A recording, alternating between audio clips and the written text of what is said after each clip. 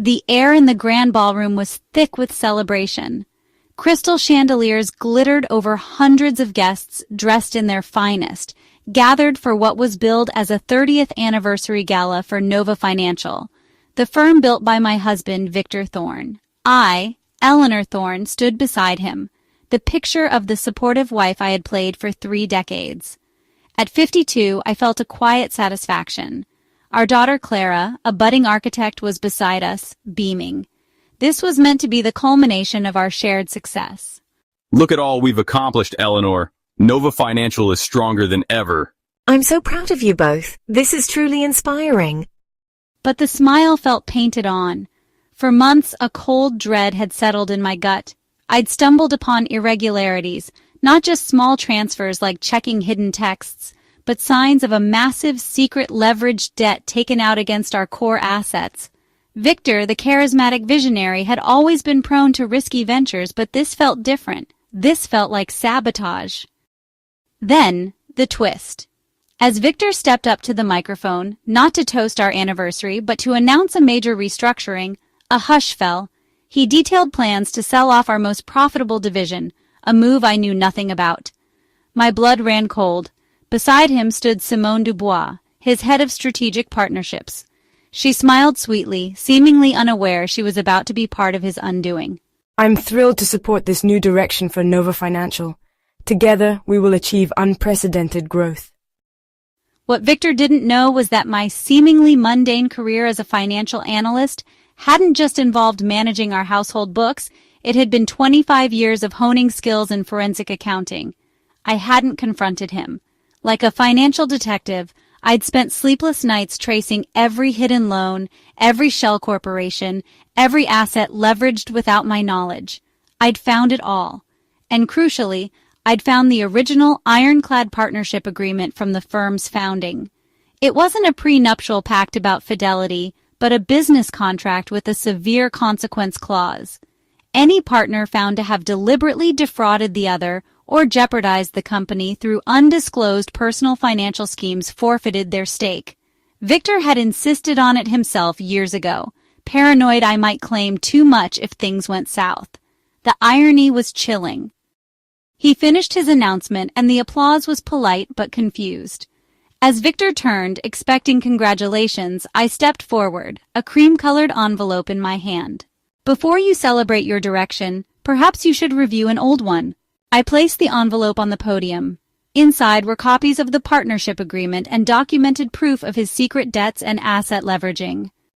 His triumphant expression dissolved. He snatched the envelope. What is this nonsense? But his eyes darted wildly. My attorney, Marcus Finch, who had arrived discreetly, confirmed the worst for Victor with a quiet word. Simultaneously, carefully prepared legal filings hit the public record, not divorce papers at first, but a temporary injunction freezing the sale of the division and demanding an emergency financial review based on the partnership agreement violation. The murmurs started. Simone looked utterly bewildered. Clara, initially stunned, quickly grasped the severity of the situation, her face hardening with understanding and anger. Victor's carefully constructed world wasn't just cracking, it was shattering live on stage. You can't do this, Eleanor. This agreement, it's ancient history. Section 7, Victor, remains in effect until the dissolution of the partnership through legal means, which, I added, gesturing to the injunction, is precisely what's happening now. He had tried to escape accountability. I was merely facilitating the inevitable transition he had unknowingly triggered. Over the next few weeks, Victor's desperation mounted. The secret debts became public knowledge. Simone, realizing she was tied to a sinking ship and potentially facing legal fallout herself for complicity, cut her losses and vanished. Victor's attempts to salvage his reputation or fight the injunction failed. The partnership agreement, his own creation, was his undoing. Clara stood by me fiercely. Her aunt, Roberta Thorne, who had been subtly supportive after I confided in them months ago, ensured the legal process moved swiftly and justly. Mom, we'll get through this together. Eleanor, you have my full support. Justice will be served. The final ruling was decisive. Based on the partnership agreement's violation clause, Victor forfeited his majority stake in Nova Financial. The firm was restructured under new leadership, with his shares used to cover the secret debts he had incurred. He was left with virtually nothing, only the wreckage of his reputation. For me, this wasn't just about justice. It was about reclaiming my own expertise and independence. I didn't want Nova Financial.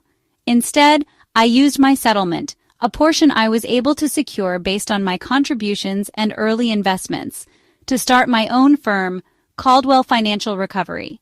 My focus, helping individuals and small businesses untangle complex financial schemes and recover from corporate or personal betrayal. Clara joined me after graduating, bringing her sharp mind to the business. Victor, stripped of his wealth and status, faded into obscurity. The last I heard, he was unsuccessfully trying to launch yet another visionary project. Standing in my thriving new office surrounded by a team built on trust and genuine skill, I knew the public unveiling at the gala hadn't just been Victor's downfall. It had been my declaration of independence, proving that integrity and careful planning trump deceit and grand illusions, and that sometimes the end of one story is just the dramatic beginning of a much stronger one.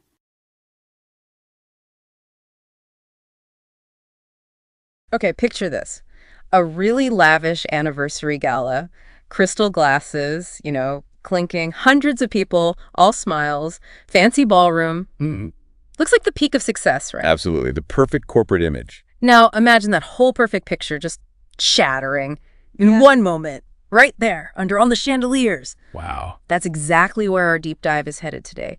We're getting into this really high-stakes story. It's corporate, it's personal drama, and it all exploded at this big company anniversary. It's a story about hidden finances, a very sharp spouse, and, well, a very, very public moment of truth. Exactly. And for this deep dive, we're drawing heavily from a first-hand account, aren't we? We are. It's from Eleanor Thorne herself.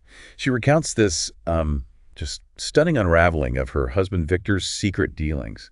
And it happened at the Nova Financial 30th Anniversary Gala. At the gala itself. Incredible. It's deeply personal, obviously, but it really gives you insights into, trust, why due diligence is so crucial, and frankly, the lasting damage deception can cause. Right. So let's paint that scene a bit more. Nova Financial's 30th anniversary. Big deal. You've got Eleanor and Victor Thorne. They look like the ultimate power couple. Their daughter, Clara, is there too. Hundreds of guests celebrating.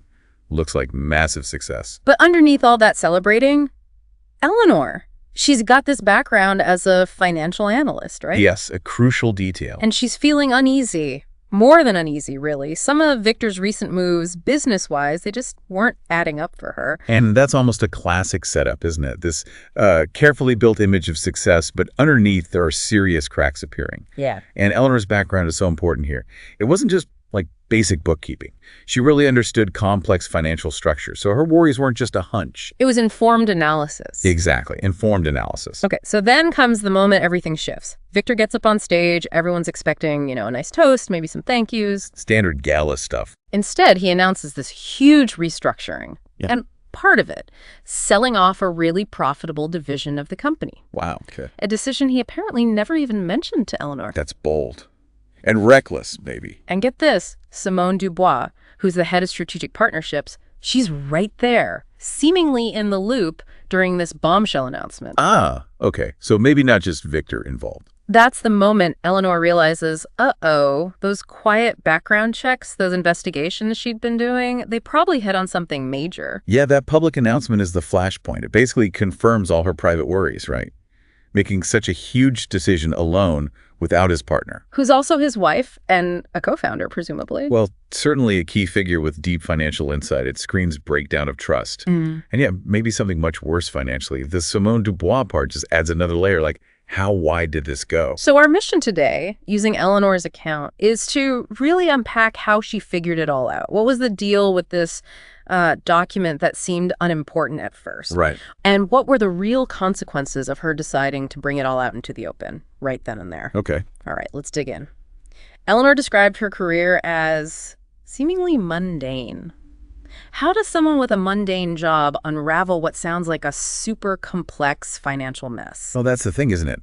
Calling 25 years in forensic accounting mundane is, well, It's incredibly modest. It shows her character, maybe. Or maybe hides just how sharp she is. Exactly. Forensic accounting is anything but mundane. It's highly specialized.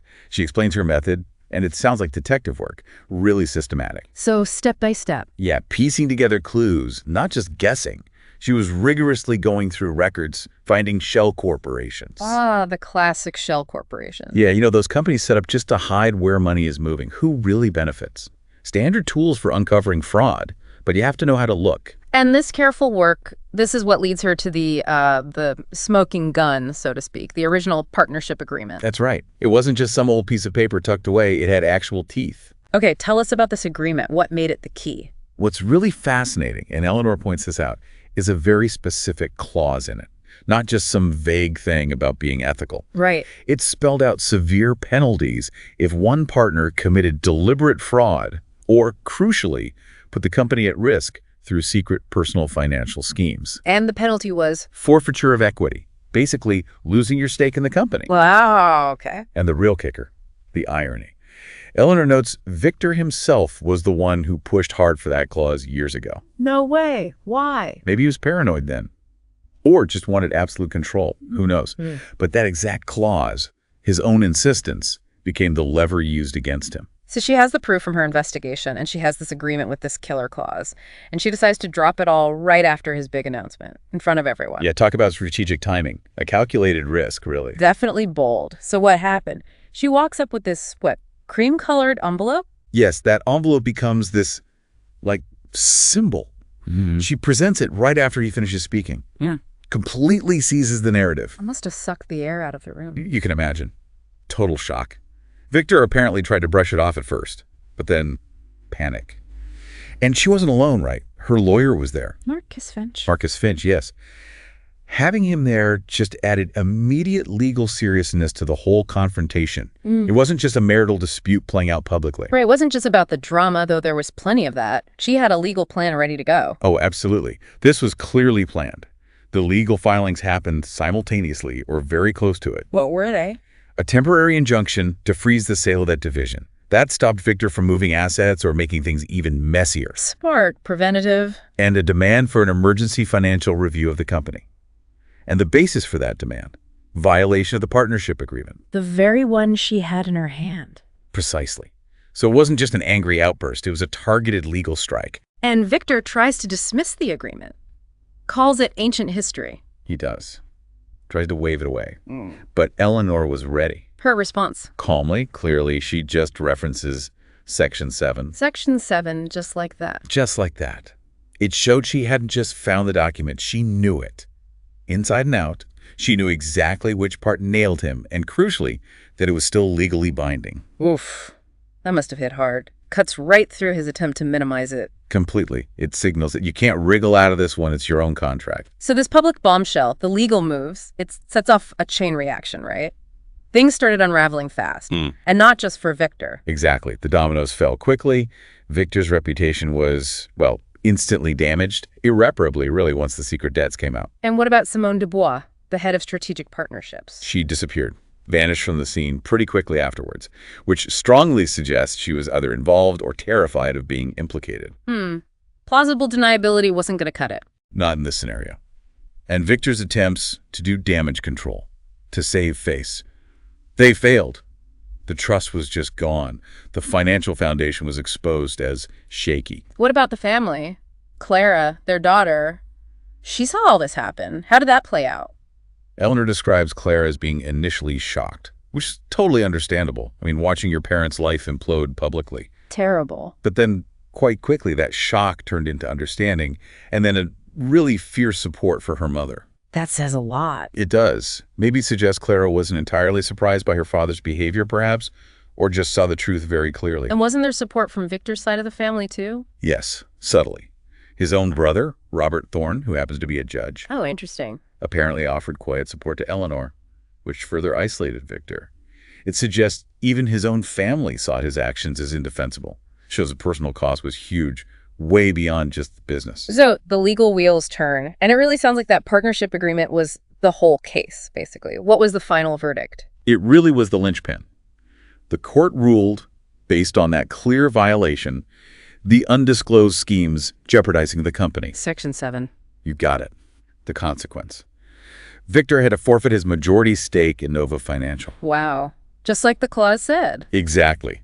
And his shares were essentially used to pay off the massive debts he'd hidden. He was left financially ruined. A stark reminder about the power of contracts, even old ones. Absolutely. Yeah. Violate the terms, face the consequences outlined within them. But Eleanor, after all this, she doesn't just take over Nova Financial herself. No, she makes a different choice, which I think is quite telling. What does she do? She decides not to run the old company. Maybe too much baggage, too many ghosts. Instead, she uses her settlement money to start her own firm. Oh. It's called Caldwell Financial Recovery. And her focus, Yeah. helping other people, other companies, caught in similar situations. Financial crises, fraud recovery. Turning her own experience into something constructive. Precisely. And get this, Clara, her daughter, joins her at the new firm. Oh, nice. A real fresh start. Yeah, built on integrity this time. Huh. A complete contrast to what Nova Financial had become under Victor. And Victor, what happened to him? His story is, well, less positive. He kind of faded into obscurity, tried launching some new businesses apparently, but nothing took off. The reputation damage was too severe. Seems like it. He lost the money, sure, but maybe more importantly, he lost the trust. Sure. Hard to rebuild from that. Yeah. It's a real cautionary tale, isn't it? Yeah. About what happens when you prioritize greed over integrity. Definitely. So if we boil this whole deep dive down, what's the absolute core message we should take away? I think it's about integrity, first and foremost. In business, in personal life, it matters. Yeah. But also it highlights the power of meticulousness, careful planning, and how seemingly small details like an old clause in an old agreement can suddenly become incredibly powerful. Things you might easily overlook. Exactly. Especially when you're up against deceit or, these grand illusions of success that are built on shaky ground. Those foundational agreements, that ethical compass, they're your safeguards. Okay, so let's recap those key aha moments for you listening. First, Eleanor's deep financial expertise wasn't just a job title. It was the tool she used to uncover everything. Right. Years of specialized skill. Second, that original partnership agreement, the one Victor himself wanted, had the exact clause, Section 7, that became his undoing. The irony is just palpable. Hoisted by his own petard, as they say. And third, the public confrontation wasn't just drama. It was a calculated move. It stopped the sale, forced accountability, and set the stage for the legal victory. The strategic masterstroke. So thinking about, trying to absorb information without getting overwhelmed, this story is such a clear example, isn't it? It really is. It shows you in a very real-world way why understanding the details of agreements, why doing your homework due diligence, even when things seem fine, is so vital. It offers real insight into protecting yourself. So here's something to chew on, a final thought. What about the unseen agreements in your life? The contracts, the understandings, maybe even the unspoken assumptions that shape your work, your relationships. That's a good question.